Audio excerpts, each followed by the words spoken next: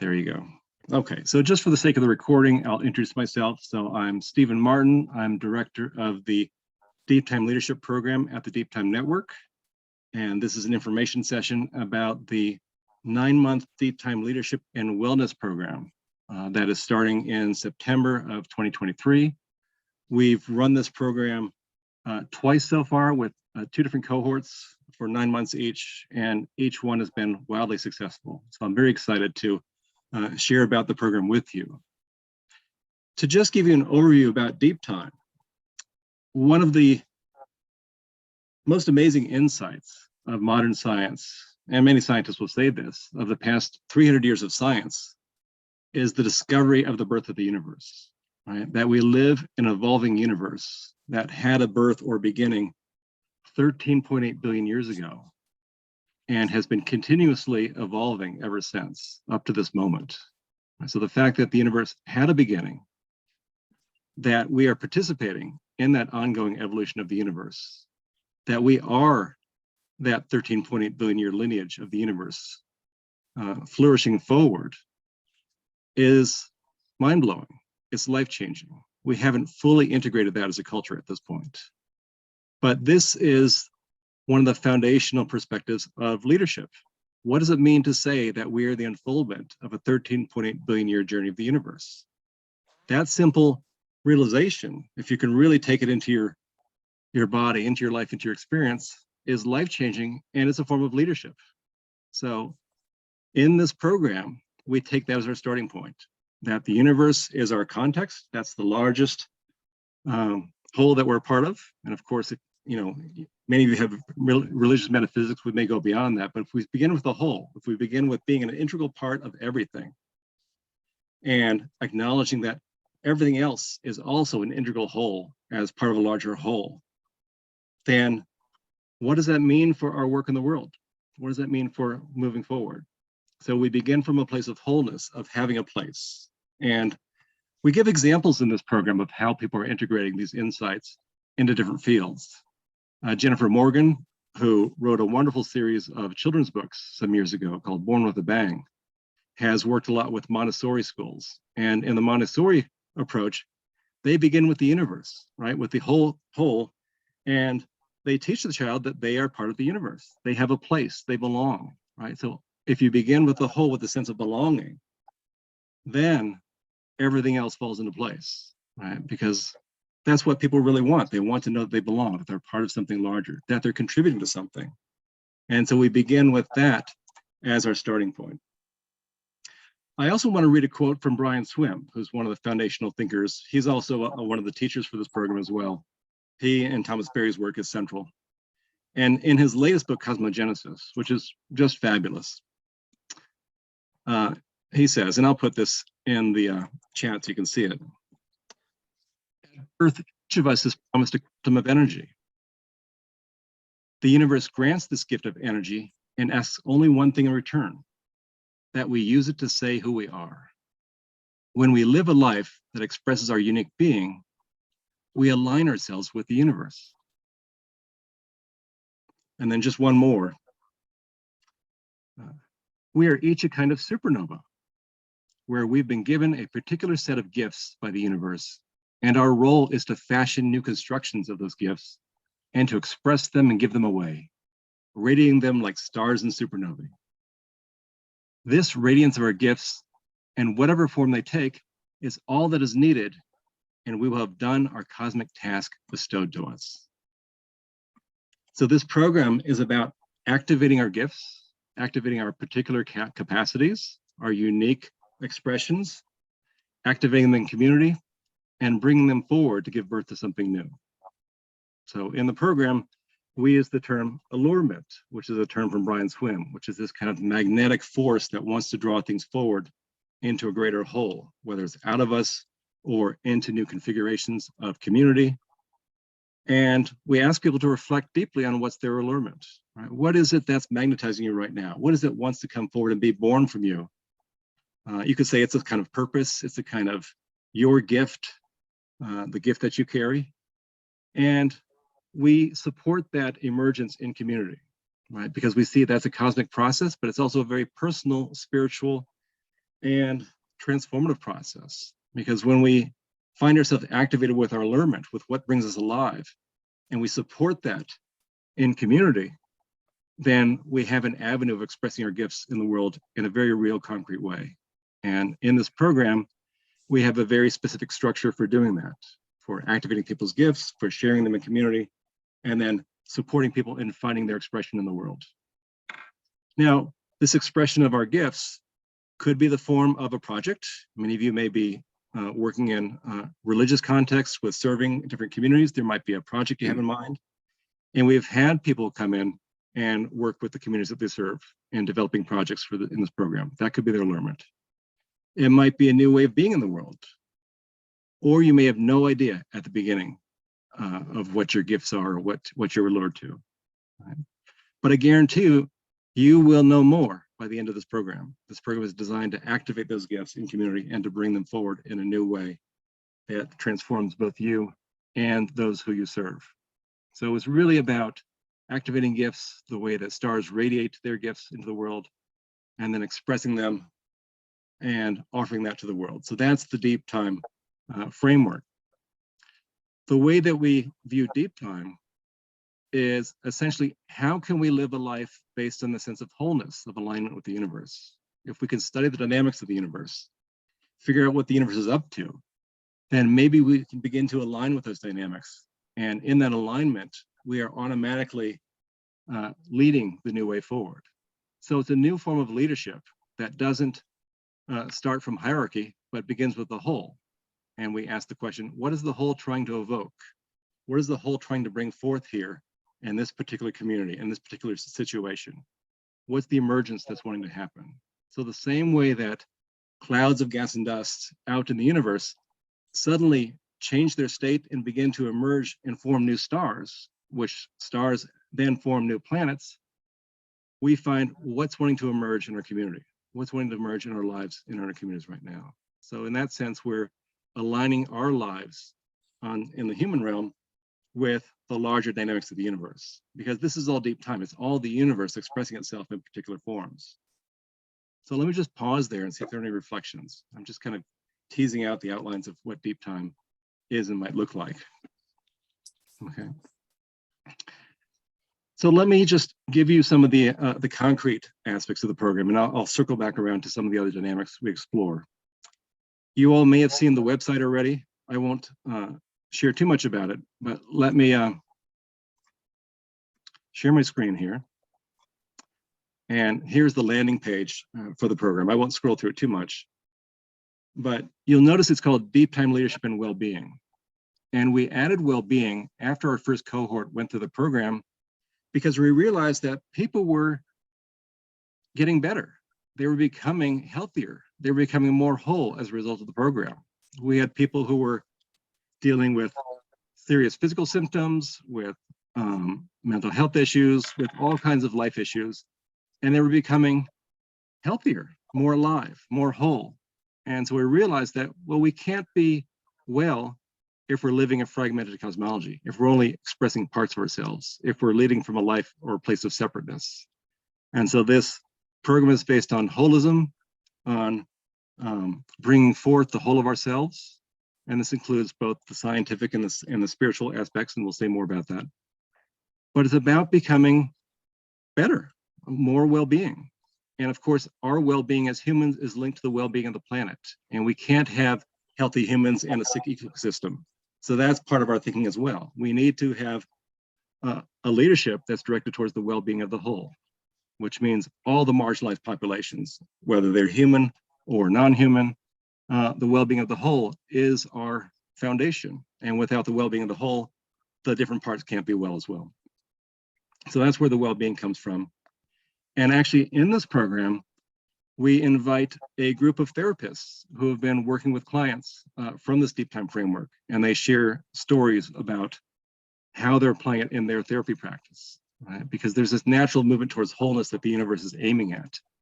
And when we allow that context in our various fields of application, whether it's therapy or education or other forms of service, people naturally become more themselves. Well-being naturally happens. So that's where the well-being comes from. But just to give you more about the nuts and bolts of the program, it's broken into 3 different modules, and I'm just skipping around to different parts of the same page. So you can see this on the website. And these are 3 modules which you can combine together for a full 9-month program, or you can take just 1 or 2 modules. So your choice, whatever you're drawn to. And the first module, which runs in the fall, is called Introducing the New Cosmology, where we learn about this 13.8 billion year story of the universe. We learn about the dynamics of the universe. We have wonderful readings from Ilya Delio and Brian Swim and Thomas Berry and all kinds of inspiring thinkers. And this first module we call Encountering the Universe. So essentially, how are we coming to know ourselves as part of this 13.8 billion year process?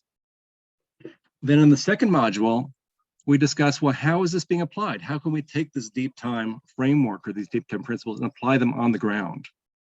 And this module also has the name, expressing the universe. How do we express it in our lives, right? It's a great idea that, okay, we're 13.8 billion years of cosmic history, but how do we live that in our lives? And we give examples of how people are applying that, how they're applying it in education, how they're applying it in religious contexts, how it's being applied on the ground. And we also provide the framework for people to begin to express it in their own lives. How can you apply this in your life and towards your own work? And then the third module is the leadership practicum, where people have projects or whatever has come forth from them that they want to work on. They work on that in community and have something that they're expressing as a result of the program. And this third module we call Embodying the Universe. How do we embody this cosmic perspective as we begin to live our lives as cosmic beings? So 3 modules broken up into 3 different parts, but they're all part of a seamless whole that has an arc of development over 9 months. And the 9-month thing is really how it fell out with the calendar. But people also said, well, this is like the period of human gestation. It's like, well, yes, it is. Something new is being born here. There's a process that's taking place. And we find that 9 months is a really good amount of time to form very deep community for people to undergo very deep changes, personally and professionally, and for something new to come forth from each person. And so I'll let people share their own experience with this, but let me just pause there and see if people have questions about deep time, about the perspective, and then we can invite some people who've been in the program to share about their experience and maybe the arc of development they experienced. So would anyone like to ask questions about the deep time or the science or the framework? Yeah, Sharon. This is just a wondering question. I noticed that you had section 1 and section 2 for each one of those. Is that like just if one day might work better for others and section 2 is just the same thing being repeated on a different day? Yes, in the last program we had over 100 participants from 12 different countries, which meant we had time zones around the world. So okay. we have a Wednesday evening program, 7 to 9 p.m. Eastern time, US Eastern time. And then we have a Friday morning program, 11 a.m. to 1 p.m. Eastern time. You can come to either one of those, but we need those 2 different times just to cover all the time zones around the world where people come in from. So It's a very diverse, it's a very global community, and people love that no matter what culture you're coming from or your background, whether you have a background in science or spirituality or new cosmology or not, people find a home and a sense of community in deep time. They find a sense of resonance with each other that bridges cultures and all kinds of differences. So it's really inspiring to find that. Was that the full of your question, Sharon? It was, thank you. Great, thank you. Other questions I can answer?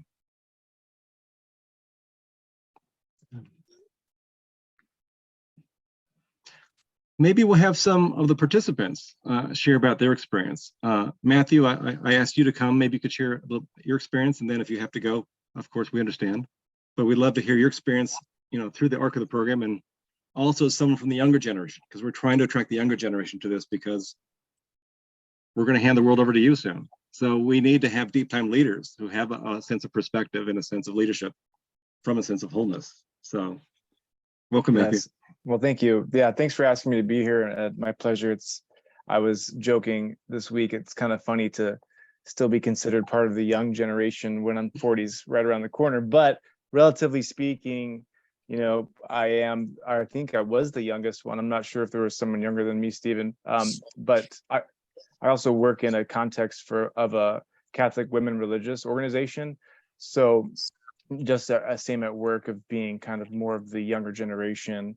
And really what I recognize in terms of being a millennial is this need to kind of bridge these different generational worldviews of the up and coming generations, and those generations that have a lot more traditional wisdom to offer.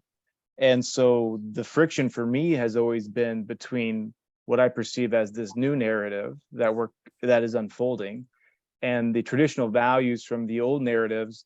And this program seemed like really good language for bridging that gap in a way that is inclusive and non-dismissive of personal, authentic expressions of how the universe is unfolding from themselves, but a recognition too of this empirical scientific narrative that has never been formulated as clearly and coherently as it is now, in a way that people can understand it without having a science degree, and also can be presented with graphics and imagery in a way that is just awesome. And with the images coming out of the James Webb Telescope and trying to fathom, what you're looking at, recognize, oh man, there's so much more mystery than any narrative that has ever existed when we employ this empirical lens on the world around us.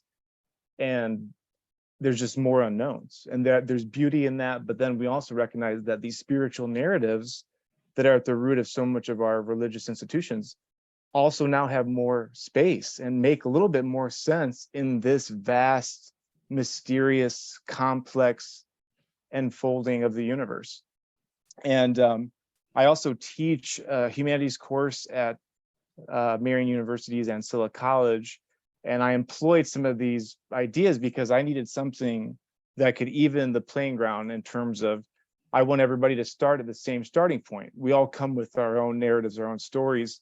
What is a common ground that we could start from? And employing that in that context is surprising, but also as an educator, I feel like when I have this recognition of every single living organism being here as a product of 13.8 billion years of the universe, then I don't have as much to teach these students as they do me. Every single student that I teach is an opportunity for me to learn. And in that sense, it's humbling. And in that sense, it's also very empowering. When I started the program too, one of my worries was that I would start, because if you're already here, you already kind of understand it. It's easy to go into the program. Like I was worried that I would have a language that took me further away from where everybody else was at.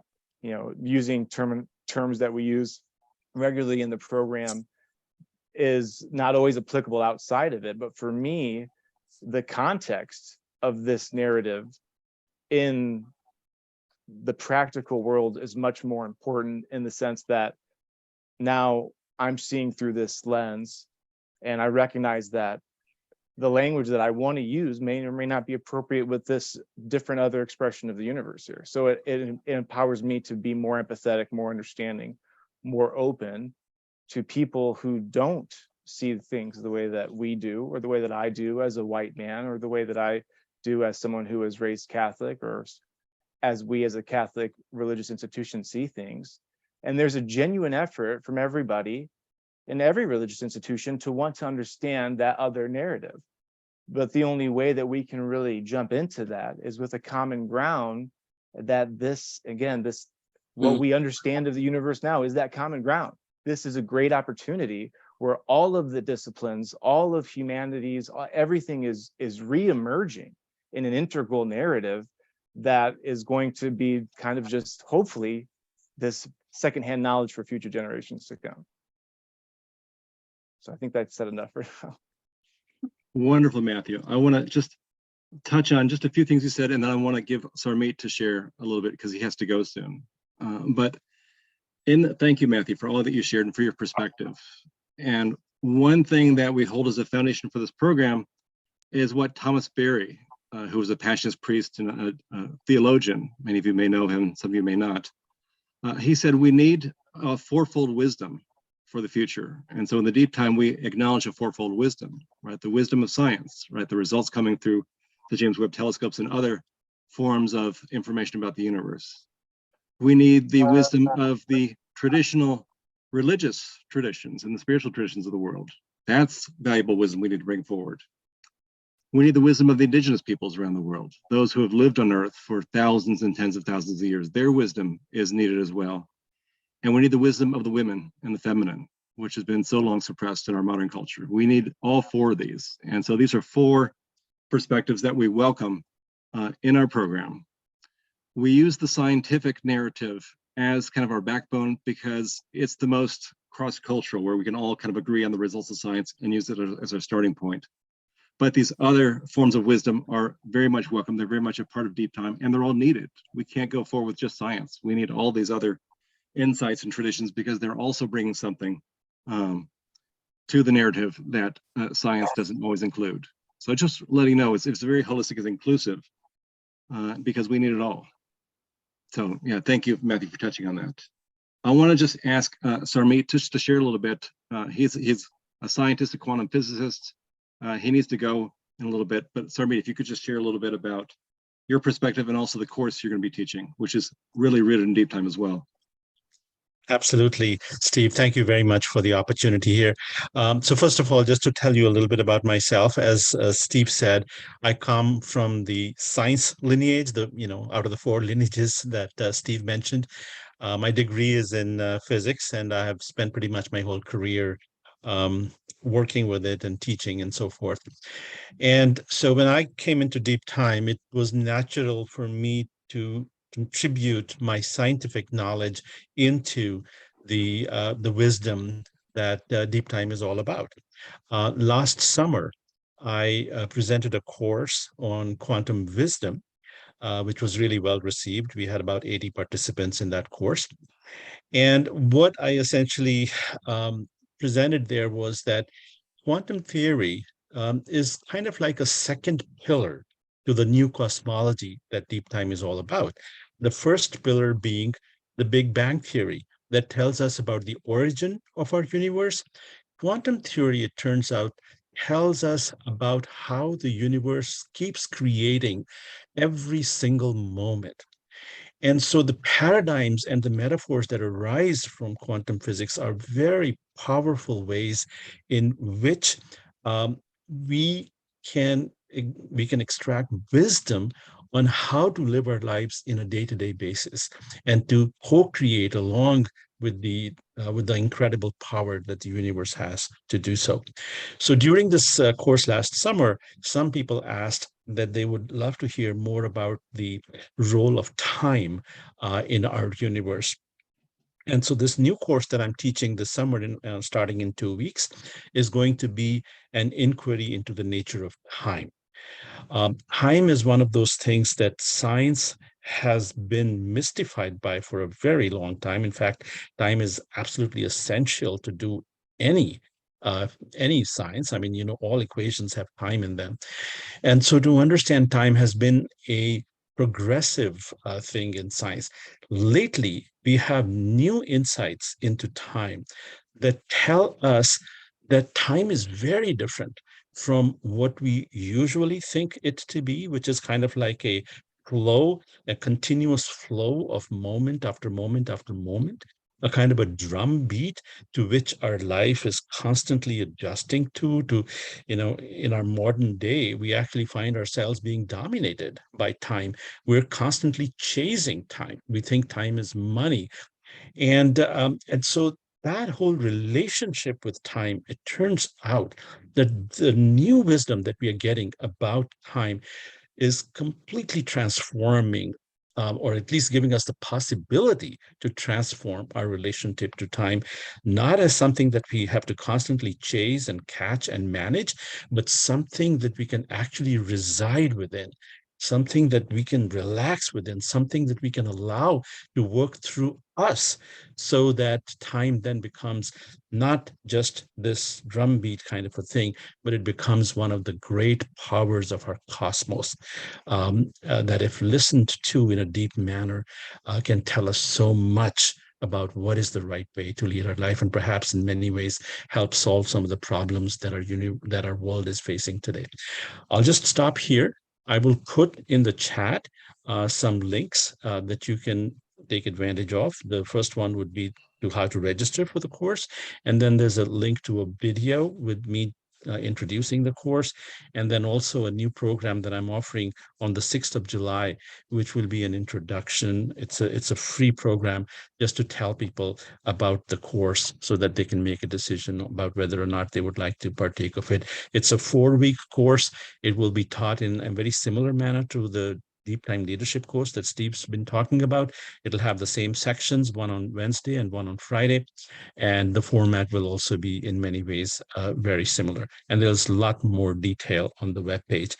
So I'll stop there, Steve. I know you have a lot to cover in this 1 hour that you have. Thank you for giving me the opportunity. Oh, thank you so much, Sarmeet. And just to kind of reflect on what Sarmeet said, what people are discovering about the nature of time and the universe arising, moment by moment, is very much congruent with what the mystics have talked about with different spiritual traditions, that the universe is arising as a whole, moment by moment by moment. So what if we began with that as our starting point? How does encountering the universe as not an object or a container or a framework, but as an active living process, how does that shift our orientation and our experience of the world? The other quantum insight that Sarmeet shares in the Deep Time Leadership Program, and he shared in the program last summer, is quantum physics discovers that the universe is fundamentally relational, right? There are no separate objects, there are only relationships that are arising in the moment. So if we begin with relationship, and if we begin with relationship as our starting point, relationship to each other, relationship to the whole, then where does this lead us as well? And of course, this is ancient wisdom from the spiritual traditions, from the indigenous traditions, from the women and the feminine traditions of the world, that relationship is primary. But science is also offering that perspective as well, that we are not things, we are encounters or events of relationality. So if we begin with relationality, that's a whole different form of leadership than thinking, oh, I'm the leader, I tell you what to do, or follow me. No, it's a relationship through encounter. And then what comes forward from that, what emerges or is evoked from that relationality, that's the leadership direction that the universe is calling forward. So every relational encounter is an opportunity for listening for the leadership of the universe. So this is a different kind of leadership that we're talking about, very different than what our culture holds as leadership. It's not so much leadership as following and tuning and listening to the whole. And how does the whole want to unfold in this moment, and in this moment, in this situation? So it's that relational context that leads to emergence that we're really paying attention to in the course and in our style of leadership. Yeah. And Sarmeet's course be a wonderful accompaniment to the Deep Time Leadership course, or as a prelude to it. He really is a wonderful teacher. So thank you, Sarmeet, for joining us here. Thank you, Steve. Thank you very much. And if anybody has any questions about the course, write to Steve. He has a link to me, and he'll send me the questions. I'll be happy to answer them. Thank you so much. Yeah, you're welcome. And we will send you links to all these courses and things in a follow-up email after this, so that you don't have to write anything down. Okay. Yeah. So I want to see if people have questions, and I also want to give Tess F a chance to speak about her experience as a religious sister in the Philippines, because I know many of you have a religious background, and you might be curious in her experience as being a religious sister in the program. So maybe Tess, you could say a few words, and we could take questions or reflections from there too. There is actually so much to share, not much. But anyway, maybe I can talk about my project, Steve. Sure. Yeah. Whatever you like. Yeah. The project I had is Cosmic and Ecological Spirituality in Formation of Sisters. So in my congregation, the the congregational chapter was saying about cosmic spirituality, but nobody really knows what it was, And I've been into ecological spirituality way before Laudato Si. And I was thrilled, in fact, when I read Laudato Si and it was making mention of ecologically. So the program helped me to put together these things to really go beyond just ecological spirituality to cosmic spirituality, which is wider. Picking up on what others have said, what really thrilled me about the program is it's a matter of embodying the story. It's the embodiment, and also in terms of the collective. Of course, we can read all these things. We can listen to YouTubes and everything. But I think being in the program gives you an experience of community, of the collective, of synergy. And I connect that, of course, to our lives as religious in terms of community life, which unfortunately sometimes has not really been given focus because we have also been affected by individualism in society, and I included. And actually, that leads to feeling of being overwhelmed because our problems are so huge. And we have sometimes I have the feeling that I have to solve this problem. And it's good. There was a reading from Ilya Delio who said, the religious are not called to be problem solvers. That struck me a lot. And the thing is, what I like about the network is meeting people from different walks of life. We religious can be so focused on our world, which is very limited. And it was a challenge to listen and to learn from others. And in listening and learning from others, realize that, they have their role to play also. I don't have to do everything. We will do everything together. And the aspect of the functional cosmology of Thomas Berry, that Laudato Si is not just about farming, it's not just about eating healthy. It's a perspective. It's the cosmology. It's the cosmogenesis, And one thing also Ilya Delio said was that the religion has contributed a lot to our problems. And I think religion also should help in solving these problems, And so maybe that's it. Wonderful. Thank you, Tess. And I also want to mention that, Tess, you also did a retreat with a deep time focus as well. And so that was a very powerful experience that led to a whole new understanding for you, a different context. So just, kind of putting all the possibilities out there in terms of what this integration might look like. And Tess's was very particular to her, but it's led to some interesting developments since then with your religious formation and your service to working with other sisters. As Steve said, there's a lot of focus on science because that is where we can all meet together. There will be no problem about it. So I read a lot. I watched a lot of YouTubes. There were a lot of beautiful resources that were presented to us, and I even went beyond them. I watched all the YouTubes of Ilya Delio, and this time I understood her. Before, I could not understand what she was saying because of Sarvmeet and talk on science. There were two things that were blocking me from listening to her. One was her voice is shrill, it's not very nice. And the other thing is that the science, I have very poor background in science. I have very poor, that's why I had to study very hard in the program because I had to do my own homework to be able to make the most out of it. And that's why at the end, I felt I had the need to put these things in my own context as a religious. And I asked my mentor, and that's the other good thing about this program. If you are in the certificate program, you have a mentor. So I asked my mentor to guide me in the retreat, and she was very surprised because it's not part of the program. So but she willingly did it.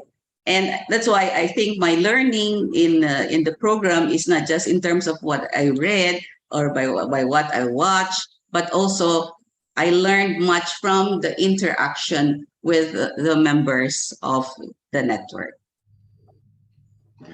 Really well said. And I want to just touch on that, what you mentioned there, Tess, a couple points. I want to make some room for you to share as well, Maya. But let me just reassure people, you don't need a background in science for this program. Even though we share a lot of science, and there can be, you know, a learning curve with kind of learning that way of thinking and framing things, but there's a lot of support around that. But at the foundation of the program is community, right? If we begin with relationality as the leadership way to the future, then we build that into every aspect of the program. So I'm just going to share my screen just to give you an example of how we do this. Here's kind of the week by week how the program goes. And the way we've developed this is every week we have some kind of breakout group or some kind of chance to spend time in community. So, and we have a lot of these focused around what are called home pod meetings. And a home pod is just a group of 5 or 6 participants that you'll spend the whole 9 months in. And of course, people spend lots of time in their home pods. They're often in touch with them outside the program hours, and they get to know each other very well from around the world. And now people can also join as a group. And if you want to be together in your group as your home pod, that's perfectly fine. We encourage people to mix up with other members just to get that diversity. So we often have a presentation which is on some large aspect, right? Context. I'll be talking about Principle 1 with Jennifer Morgan, my colleague. We'll have a breakout session during this time as well. And then the next week, we go into home pod meetings, like how do we integrate this in our lives and communities? And then we go back to Sarmeet talking about embeddedness. What does quantum embeddedness mean in the universe? And then we have a home pod meeting to kind of develop that in a community. So we interweave these large group presentations with very intimate home pod meetings as well. So that's just kind of how we interweave these 2 threads of insights and community together. Just to touch on one other aspect that Tess talked about is for those who want a deeper dive, we offer a certificate program, which is, you know, kind of a deeper dive into the curriculum. People who pursue the certificate program, and Maya can talk about this as well as Tess, they're together in a separate group. They also have their own home pod group, but we ask them to have a higher level of accountability, to learn how to lead meditations and lead the group, to reflect on their experience. And I work with people in the certificate program directly. We also make available to them mentors for different fields that they're interested in. And so the certificate track is kind of a more intensive track where we ask you to present your project to the end. And we offer a certificate, and people often sign up and get professional development hours as well for their careers or their vocations. So that's just another track that's available that gives you a more intimate, dedicated experience for those who want to pursue that. I'm also aware that we're a little bit short on time as well. So I want to have Maya just say a few words and then see what other questions people have as we wind up. So it's just what I was thinking of as I'm listening is last year, this time I was in your spot in an info group. The email popped just mysteriously in my inbox. I honestly do not know from where, but it had my magic word, leadership. So I said, oh, something is afoot, and joined into one of these info sessions. And I remember sitting, looking at the faces and the backgrounds and the countries and all of the beautiful religious devoted people in my group thinking, I don't belong here. Why am I here? Why did the universe put me here? But part of my work as a sacred activist, and I have no true background in science other than elementary school, which I left behind. I've always been on a deeply spiritual path and am a spiritual counselor for hospice and have taken vows of service in Goddess Temple, far cry from my Catholic upbringing. But I remember thinking, all right, my head is saying I don't belong in this group, but my heart, which I've always followed, I've always listened to, has brought me here. So there's something. So I signed up for the program, and I have never regretted it. It is so much more than just book learning. I thought I'd be learning a new language. I'd be learning about science. I would be connecting, but it was all of that and so much more. Like truly, it is your own emergence as a human in this earth community. And if you listen truly to those whisperings of your heart, which are the whisperings of the universe, it brings you to a whole new place, a whole new space of joy and completion. Yes, the community I cannot say enough about, and Steve, for your help, along this last year. Such amazing people, really. Every person that I've touched or connected with has been so helpful and has blessed me with their wisdom. I cannot say enough about this program. I just share my own emergence is I am also creating an eco-spiritual village, I call it, here on the Big Island, where I was drawn. I have been a world traveler, but find myself here, and a source of teaching and education about connection to the divine, not out there, but within our heart, which is, of course, what's mirrored within the workings of this program. So that's feeling complete, and my EQUITS principles. I'll stop there. All right, thank you. Thank you, Maya. Yeah. Let's see what questions we can answer after hearing everything. Amy, welcome. Hi.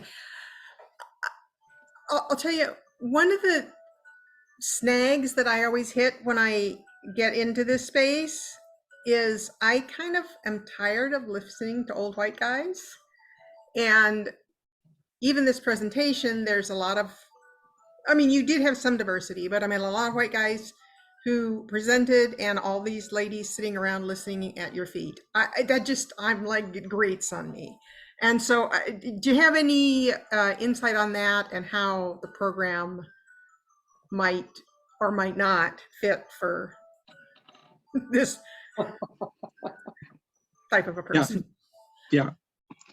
We seek diversity, and we try to include as much diversity as we can, both in the presenters and the participants. And it's very nice that we have many people who are not white from around the world. We had people from India, from the Philippines, from Native peoples from different parts from India.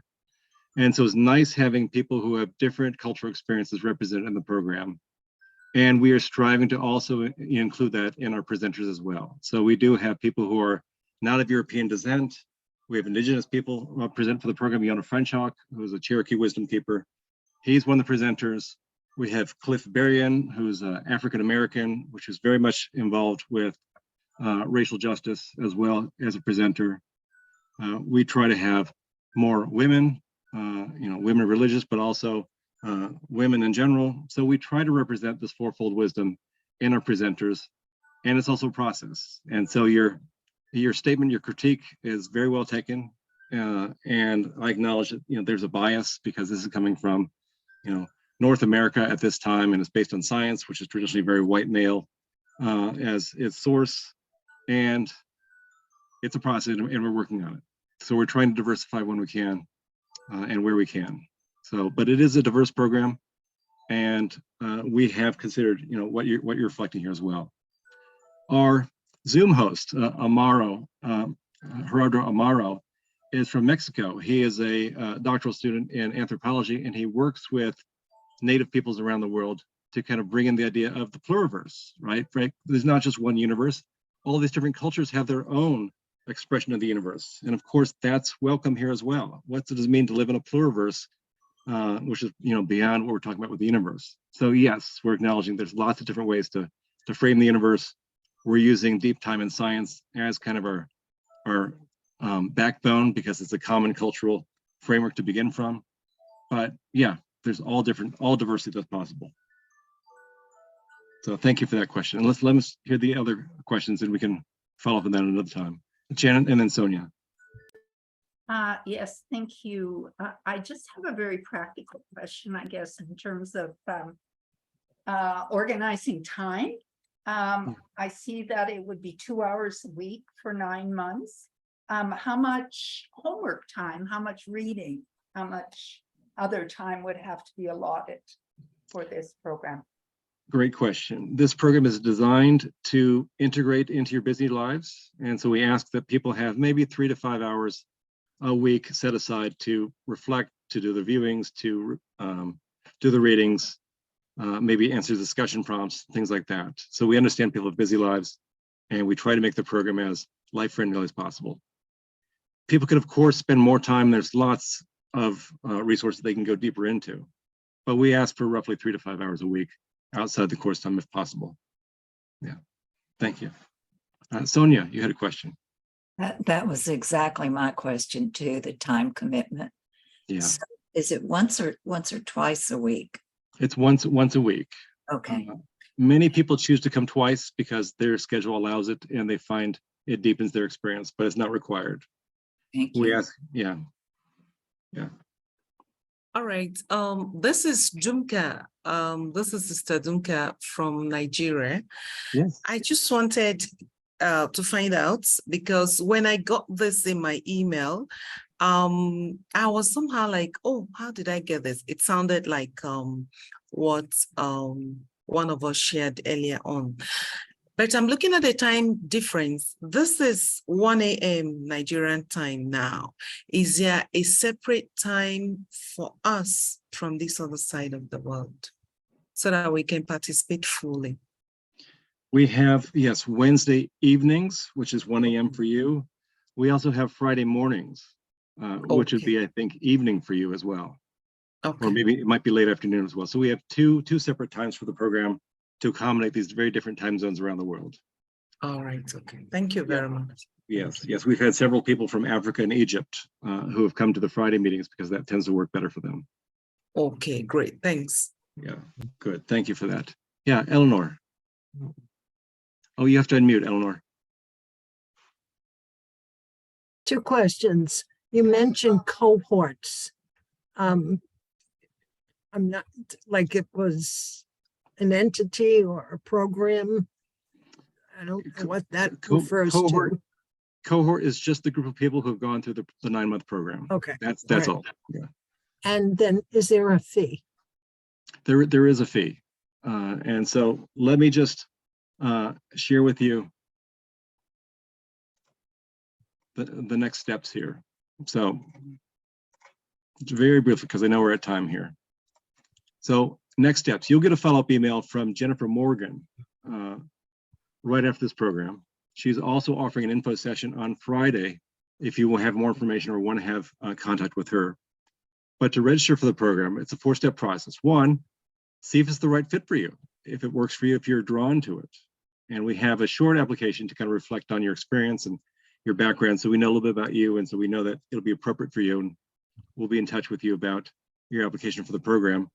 And then there's different plans for participating in the program.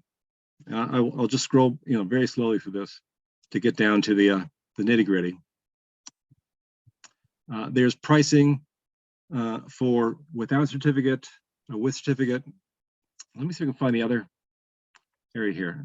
Sorry about this. You can purchase the module separately. There's the opportunity for scholarship support.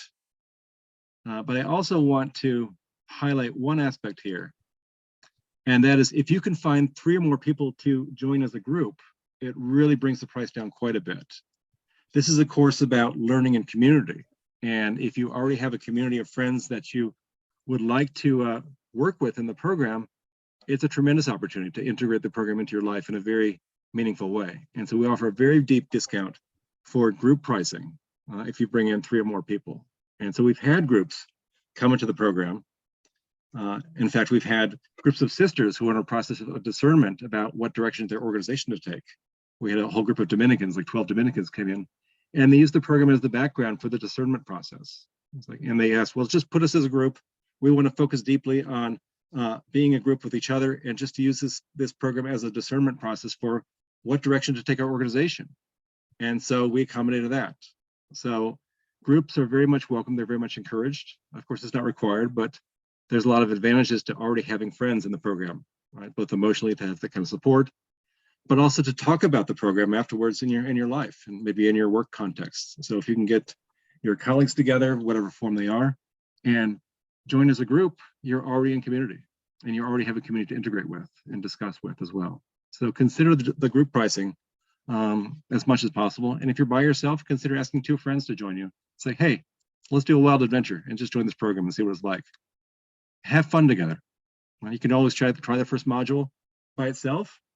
Most people who do love it and want to sign up for modules 2 and 3, but just try it for the first module and just see if it fits for you. Okay. All right. Let me just see if there are any final questions. I know we're at time. I want to respect people's time around this, but any final questions?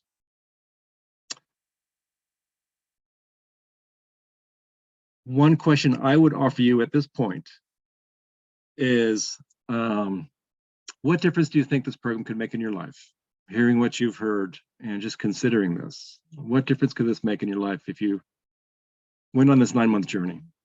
What could it do for you? And if you could have your heart's desire, your allurement activated in community and brought into the world in a whole new way, what difference might that make for you? So it's just a question to leave you with. Just allow your own discernment to kind of be with that question and just see where it brings you. And maybe it will bring you in the direction of this program. It'd be lovely to spend time with you. And it might lead you in a different direction. And I wish you well in that way. I support, whichever way your heart brings you. But I'm glad it brought you here today to be with us in our community and to learn more about this program.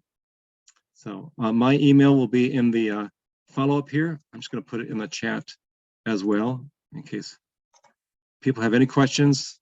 It's steve@dtnetwork.org. Happy to hear from you. And then there's also Jennifer@dtnetwork.org. She tends to be more about the logistics, about signing up, about grades, scholarships, all that kind of thing. If you have questions for either one of us, please feel free to be in touch. Okay. Thank you all for joining us, for being here together. Be well, take care, enjoy this summer evening, and Yes. we will see you in deep time. Thank you. Thank you. Very helpful. Thank you. Thank Thank you. you, everyone. Thank you. Bye, Tess. Bye, Father.